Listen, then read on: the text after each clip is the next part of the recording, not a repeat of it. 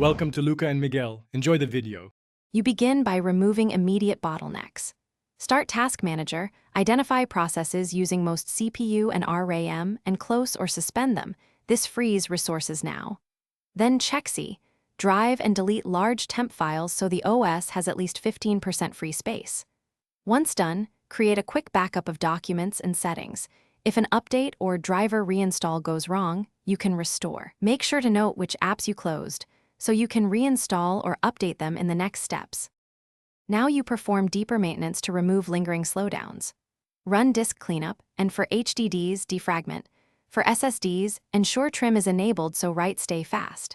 Next, update GPU, chipset, and network drivers using official installers. Drivers fix performance and stability issues.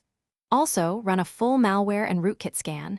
Malicious software often hogs CPU or I/O. Once these complete, reboot and watch boot times. If startup is still slow, continue to the optimization and hardware checks. Finish by optimizing startup and checking hardware health. Disable unnecessary startup apps so the system boots faster.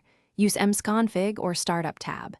Inspect temperatures, clean dust from fans and heat sinks, and reapply thermal paste if the CPU runs hot, because thermal throttling reduces performance.